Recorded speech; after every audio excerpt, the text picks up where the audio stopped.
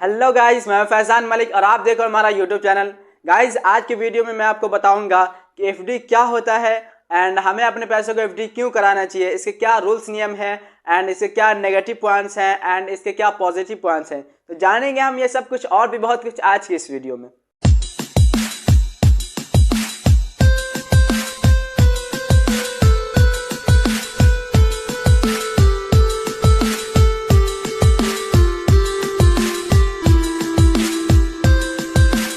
तो गाइस, जब भी हम किसी बैंक में अपना खाता ओपन कराने के लिए जाते हैं तो वहाँ हमें दो चॉइस दिया जाता है, या तो हम अपना खाता सेविंग अकाउंट में ओपन कराए या फिर हम अपना खाता करंट अकाउंट में ओपन कराए। तो ये सेविंग अकाउंट क्या होता है, ये करंट अकाउंट क्या होता है, पहले हम इसको अच्छे से समझ लेते हैं एंड इसके क्या रूल्स नियम है, क्या नेगेटिव पॉइंट्स है, क्या पॉजिटिव पॉइंट्स है। तो गाइज, अगर आप कोई एम्प्लॉयज हो या फिर आप कोई स्टूडेंट हो या फिर आप कोई हाउस वाइफ हो या फिर आपके पास कोई रेगुलर इनकम है तो फिर आपके लिए सेविंग अकाउंट बेस्ट रहेगा। तो गाइज, अब हम बात करते हैं इसके एडवांटेज की। तो इसका एडवांटेज यही है कि सेविंग अकाउंट में आप जब भी कोई भी पैसा रखते हो तो वहाँ आपको एक रेट ऑफ इंटरेस्ट मिलता है आपको पैसे पर, और ये रेट ऑफ इंटरेस्ट 2% से लेकर 4% के बीच में हो सकता है, ठीक है।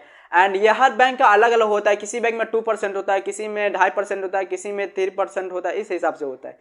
अब हम बात करते हैं इसके डिसएडवांटेज की। अगर आप अपना खाता सेविंग अकाउंट में ओपन कराते हो तो यहाँ आप जितना चाहो जैसे चाहो पैसा विड्रॉ नहीं कर सकते हो, बल्कि आपको बैंक के लिमिट के हिसाब से आप मंथली हो सकता है 10,000 हो, 20,000 हो, 30,000 हो, उस लिमिट में ही आप पैसा विड्रॉ कर सकते हो, उससे ज़्यादा पैसा विड्रॉ नहीं कर सकते हो। अब हम बात करते हैं करंट अकाउंट की। करंट अकाउंट क्या होता है एंड इसके क्या नेगेटिव पॉइंट्स है एंड इसके क्या पॉजिटिव पॉइंट्स है। तो गाइस, करंट अकाउंट का मतलब होता है बिजनेस अकाउंट। अगर आप कोई बिजनेसमैन हो या फिर आप महीने में बहुत ज़्यादा ट्रांजेक्शन करते हो अपने पैसे का, तो आपके लिए करंट अकाउंट बेस्ट रहेगा। एंड इसके एडवांटेज की बात करें तो गाइज, इसका सबसे बड़ा एडवांटेज ये है कि आप जितना चाहो जैसे चाहो पैसा निकाल सकते हो, आप पर कोई भी लिमिट नहीं लगती कि हाँ आप मंथली इतना ही निकाल सकते हो या फिर इतना ही निकाल, कोई लिमिट नहीं लगती है।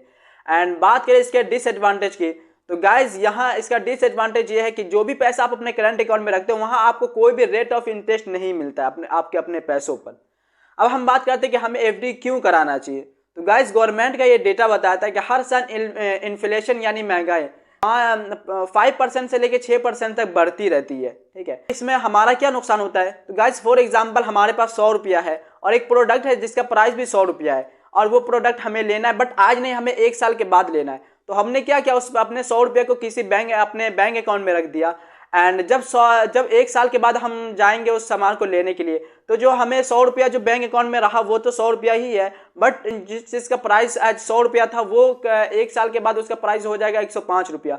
मतलब हम चाहे या ना चाहे उस चीज़ का प्राइस बढ़ जाएगा। तो इसीलिए लोग एफडी कराते हैं, क्योंकि एफडी में आपको 5 से 6% का रेट ऑफ इंटरेस्ट मिल जाता है। मतलब जिस हिसाब से महंगाई ग्रो करती है उस हिसाब से आपका पैसा भी ग्रो करता रहता है। तो गाइज, मुझे उम्मीद है कि आपको कंसेप्ट क्लियर हो गया होगा कि हमें एफडी क्यों करानी चाहिए।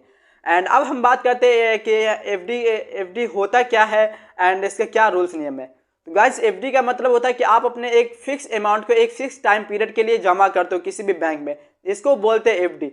एंड ये फिक्स अमाउंट और ये फिक्स टाइम पीरियड हर बैंक का अलग अलग हो सकता है। फॉर एग्जांपल, आपने स्टेट बैंक ऑफ इंडिया में अपनी एक एफडी कराई तो वहाँ आपको मिनिमम टाइम पीरियड 6 मंथ दिया एंड मिनिमम अमाउंट आपको 50,000 दिया एंड वहाँ आपको रेट ऑफ इंटरेस्ट 6% का मिल रहा है। अब आप जाओगे कोटक महिंद्रा बैंक में तो वहाँ भी यही नियम होगा, ज़रूरी नहीं है। हो सकता है वहाँ आपको मिनिमम टाइम पीरियड 1 ईयर का मिले एंड वहाँ मिनिमम आपको अमाउंट जो जमा करना पड़ेगा वो 1 लाख हो एंड वहाँ आपको जो रेट ऑफ इंटरेस्ट मिलेगा वो 7% का मिलेगा। तो गाइज, हर बैंक का रूल्स नियम अलग अलग होता है, लेकिन किसी बैंक में आप एफडी कराओ 5 से 7% तक का आपको रिटर्न मिल जाता है। मतलब जिस हिसाब से आपका इन्फ्लेशन बढ़ता है इसी हिसाब से आपका पैसा भी ग्रो होता रहता है। तो गाइज, अब हम बात करते हैं इसके रूल्स नियम की। गाइज, अगर आप अपने किसी बैंक में एफडी कराते हो, फॉर एग्जांपल आपने कोटक महिंद्रा बैंक में अपने 1 ईयर की एफडी कराई 1 लाख रुपया डाल के एंड वहाँ आपको रेट ऑफ इंटरेस्ट 7% का मिल रहा है, लेकिन आपने एफडी का टाइम पूरा नहीं किया, मतलब 6 मंथ में ही अपने पैसे को विड्रॉ कर लिया। तो अब इस सिचुएशन में क्या होगा। तो गाइज, इस सिचुएशन में ये होगा कि जो आपको एफडी पर रेट ऑफ इंटरेस्ट मिलना था 7%, वो आपको 1% घट के मिलेगा, मतलब 6% मिलेगा। मतलब ये कि अगर आपने अपने एफडी का टाइम पूरा नहीं किया और अपने टाइम से पहले अपने पैसे को एग्जिट कर लिया तो वहाँ जो एफडी का जो रेट ऑफ इंटरेस्ट मिलने को था वहाँ से आपको 1% रेट ऑफ इंटरेस्ट कम मिलेगा जिस भी बैंक में आप अपना एफडी कराते हो वहाँ। तो गाइज मुझे उम्मीद है कि एफडी क्या होता है, इसको क्यों कराना चाहिए, इसके रूल्स नेम क्या, इसका कॉन्सेप्ट क्लियर हो गया होगा। अगर वीडियो अच्छी लगे तो प्लीज हमारे लाइक और सब्सक्राइब कर दें, और स्टॉक मार्केट से रिलेटेड, फाइनेंस से रिलेटेड ढेर सारी वीडियो हमारे चैनल पर देखने को मिलेगी। तो प्लीज हमारे चैनल को अपने फ्रेंड्स में, अपने फैमिली मेंबर में हमारे चैनल को शेयर करें।